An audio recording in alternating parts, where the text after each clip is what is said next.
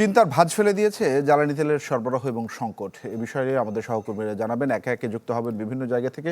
শুরুতেই আমরা যাচ্ছি আমাদের দুজন সহকর্মী ইয়াসিনুল হাকিম বান্দরবান থেকে এবং আসাদগেট থেকে রয়েছেন আমাদের সহকর্মী আশরাফুল আলম আকাশ। আকাশ, আপনার সঙ্গে এর আগেও কথা হচ্ছিল, আপনি তেজগাঁয়ে তখন একটি পাম্পের খবর জানাচ্ছিলেন।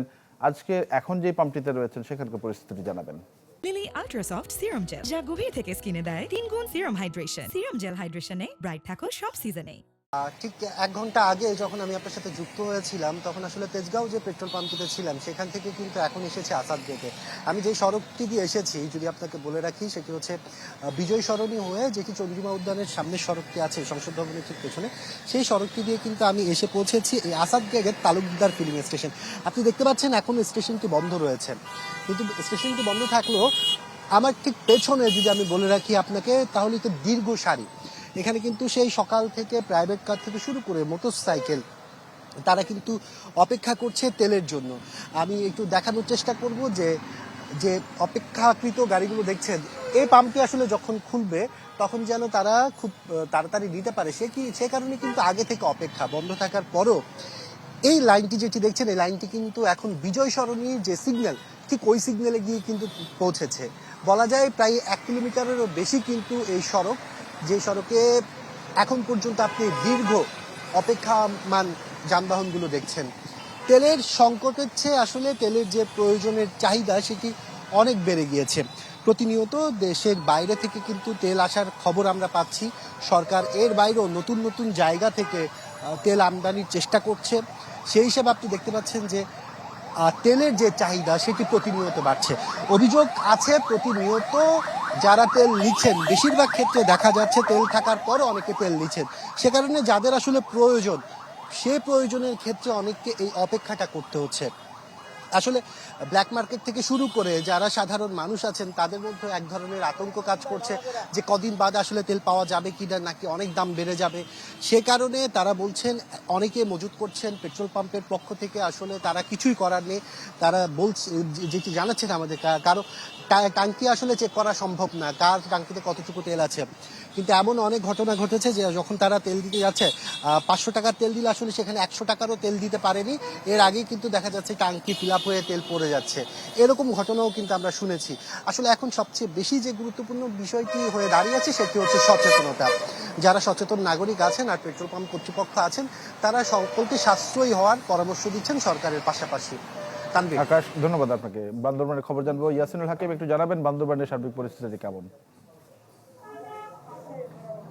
তানভীর, আমি এখন দাঁড়িয়ে আছি বান্দরবান পৌরসভার যে 4টি ফিলিং স্টেশন রয়েছে তার একটিতে আমরা দাঁড়িয়ে আছি। বর্তমানে 3টি ফিলিং স্টেশন আসলে অকটেনের সংকটের কারণে গতকাল পর্যন্ত চলমান থাকলো, আজকে আসলে বন্ধ রয়েছে। তবে এই ফিলিং স্টেশন আসলে সকাল থেকে দীর্ঘ লাইন ধরে আসলে মানুষ সেই অকটেন সরবরাহ করছে এবং ডিজেল সরবরাহ করছে। আমরা তাদের সাথে কথা বলেছি, তারা যেটি বলছে এক সময় এই সময়টা আসলে তারা যে পরিমাণ আসলে তেলের চাহিদা অনুযায়ী তেল পেয়েছে এবং বর্তমানে পদ্মা, মেঘনা, যমুনার যে 3টি ডিপো রয়েছে প্রত্যেকটি ডিপোতে আসলে প্রয়োজন যে চাহিদা রয়েছে সেই অনুযায়ী তেল না দেওয়ার কারণে আসলে তেলের একটা সংকট রয়েছে।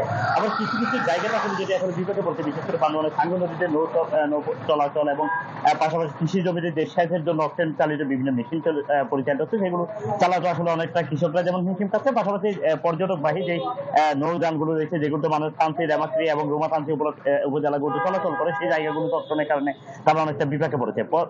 তবে আমরা যে কর্তৃপক্ষ রয়েছে তাদের সাথে কথা বলেছি, যারা ফিলিং স্টেশনের সত্য দিকে রয়েছে তারা আমাদেরকে যেটি বলছে, তারা এই রেশনিং পদ্ধতিতে যে তেলটি পাওয়ার কথা তারা চাহিদা অনুযায়ী যে তেলের মজুদ আসলে সেভাবে তারা আসলে করতে পারছেন। তাদের যে পরিমাণ চাহিদা বান্দরবানের জন্য তারা প্রেরণ করছে সেই অনুযায়ী তারা তেল না পাওয়ার কারণে আসলে অনেকটা তারা বিপাকে পড়ছে বলে জানিয়েছে। এবং মানুষের যে পরিমাণ চাহিদা বেড়েছে তারা যেটি বলছে, গত বছর এই সময় আসলে তারা প্রতিদিন করে 1,500 থেকে 2,000 লিটার তেল বিক্রি করলে এখন সেই জায়গায় এসে 10,000 লিটারের মতো চাহিদা আসলে তৈরি হয়েছে।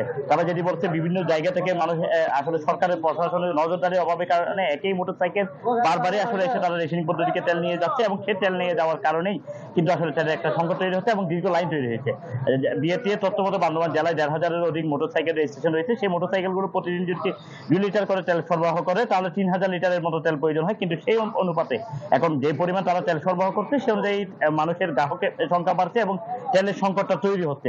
তারা যেটি বলছে, সামনে পহেলা বৈশাখ বাংলা নববর্ষকে সামনে রেখে পাহাড়ে যে বৈচিত্র্যময় সাংগ্রা এবং বিশু উদযাপন হবে, এটিকে কেন্দ্র করে তেলের একটা তীব্র সংকট তৈরি হতে পারে, যেহেতু পর্যটন এলাকায় এই পর্যটন স্পট রুটগুলোতে দেশের বিভিন্ন জায়গাগুলোতে মোটরসাইকেল নিয়ে বিভিন্ন পর্যটক আসে এবং বিভিন্ন রকমের পর্যটকবাহী গাড়ি আসার কারণে তেলের একটা সংকট তৈরি হতে পারে এবং প্রশাসনের তারা নজরদারি চেয়েছে ফিলিং স্টেশনের মালিকরা। আমরা কথা বলেছিলাম জেলা প্রশাসনের সাথে, তারা আমাদেরকে যেটি জানিয়েছে প্রত্যেকটি জায়গায় তেলের মজুদের তথ্য তারা রাখছে, পাশাপাশি যাতে কেউ অবৈধ উপায়ে তেল মজুদ করতে না পারে সেই জন্য মোবাইল কোর্ট পরিচালনা করা হচ্ছে। প্রত্যেকটি ফিলিং স্টেশন সহ খুচরা বাজারগুলোর দোকান এগুলোতে তারা মূল্য তালিকা নির্ধারণ করে দিয়েছে, যাতে করে কোনো জায়গায় কেউ অবৈধ মজুদ করে বা অতিরিক্ত টাকা নিতে না পারে সেই বিষয়গুলো তারা নজরদারি রেখেছে।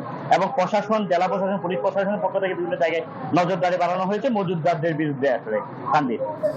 ইয়াসিনুল হাকিম, ধন্যবাদ আপনাকে আমাদের সঙ্গে যুক্ত হওয়ার জন্য। দর্শক, আমাদের সহকর্মীরা তেল সরবরাহ এবং এর সংকট নিয়ে জানাচ্ছিলেন বান্দরবান এবং রাজধানী ঢাকা থেকে।